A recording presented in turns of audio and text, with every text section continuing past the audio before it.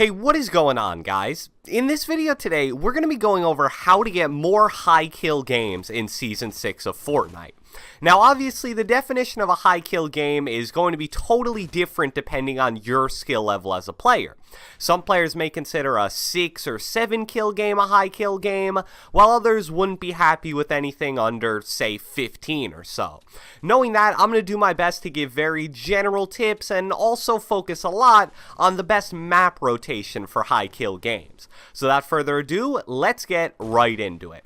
Alright guys, so the first thing that needs to be discussed when it comes to high kill games in Season 6 of Fortnite is, as I alluded to, map rotation. Let's say your career high for kills in a game is 14, so now your goal is to top that and get 15 in a game.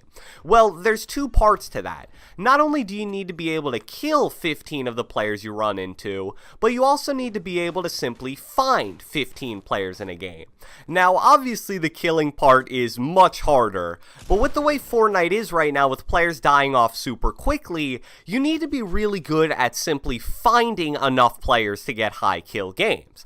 And the best and most consistent way to do that is to make sure that you have a solid map rotation, which passes through as many populated points of interest as possible. Now, my typical map rotation has actually changed a decent amount between Seasons 5 and 6, in large part due to the removal of a lot of the middle map rifts. I showed you guys this image a few videos ago, but just in case you missed it, here's the difference in rift locations between those two seasons. So here's how my Season 5 high kill game map rotation would typically go. I would land Tilted every single game. As soon as I cleared out Tilted, I would give Loot Lake a quick little check, and then immediately start rotating towards Dusty. From there, I would use the Dusty Rifts, the ones that used to spawn all around the Stonehead, as kind of my base of operations for everything going forward. I would take the Rift and look to find fights at places like Salty, Retail, and maybe even go back towards Tilted depending on how the storm worked out. And a lot of the time after winning a fight that I found by using one of those rifts, I would actually run right back to Dusty, use another rift, and then try to find another fight with it. But obviously, now that those rifts don't exist anymore, that is no longer possible. So after testing some different routes, here are the rotation options that I found to be most successful for Season 6. First option is simply doing practically the exact same map rotation strategy, just without using the Dusty Rifts. It's definitely a little slower, and walking instead of flying gives you less opportunity to find and pick specific fights that you want, but it's still a really solid rotation for high kill games. So I'll land Tilted, and once I clear it out, I'll be sure to give Loot Lake a really hard look. In Season 5, I used to mainly only look there if the storm was positioned in a way to where people from Pleasant would likely end up rotating to Loot Lake. But now, since it's one of those cities that was altered at the beginning of Season 6, it's definitely a lot more of a hot zone now. From there, you're going to want to rotate to Dusty, and even though there isn't a rift there anymore, it's pretty much right in the middle of the map, so there's a really good chance you're going to find at least some enemies there.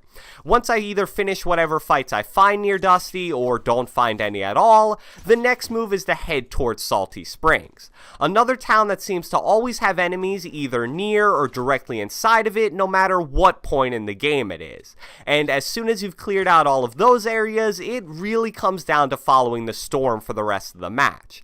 Even though this rotation takes a decent amount longer now without the rifts, you're still going to be passing through 3 or 4 of the absolute most populated points of interest on the entire map, so it's still a really awesome rotation for high kill games.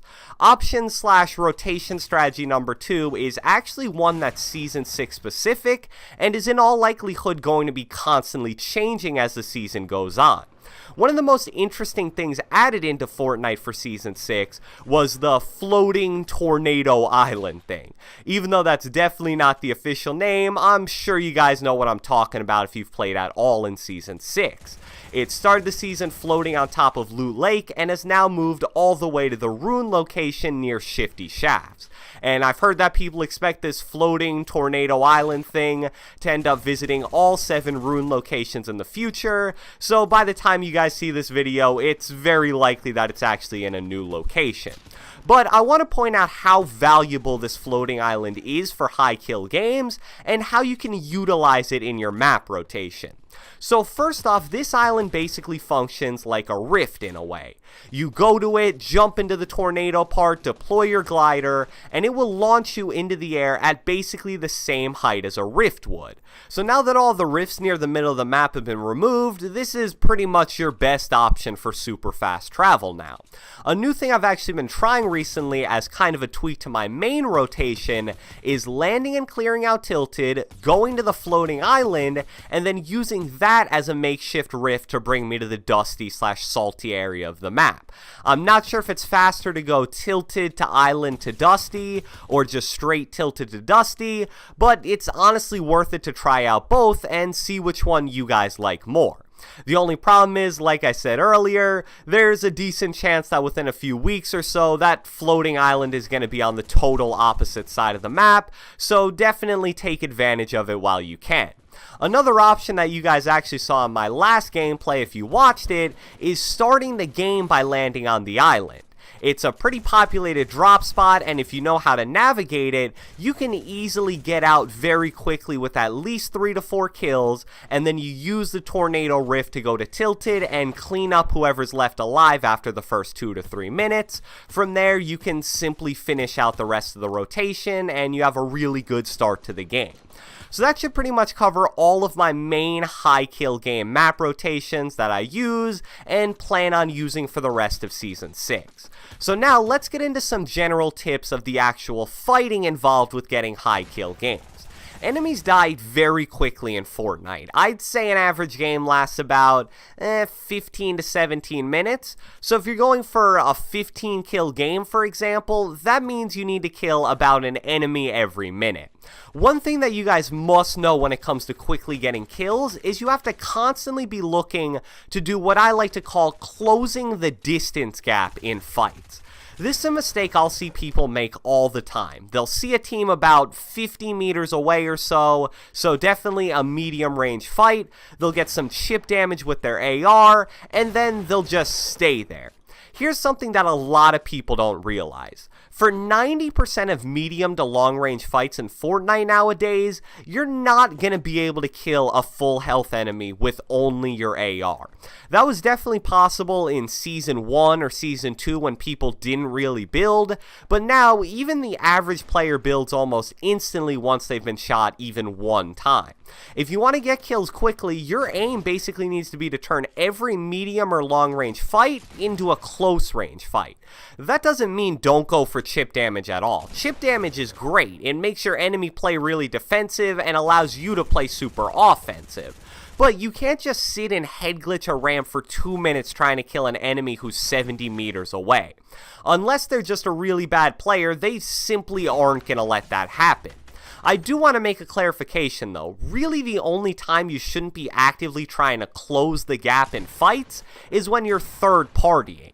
Because that's kind of the whole point of third partying, right? You have 2 teams of players fighting each other in a close range engagement, and then you just sit in more of a medium range position and put down AR shots over and over and over again trying to clean up kills. If you were to try to get into a close range engagement when third partying, it would just be a giant disaster.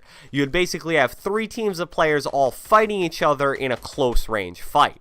Another important aspect of getting high kill games is preserving your health as much as possible in the middle of fights.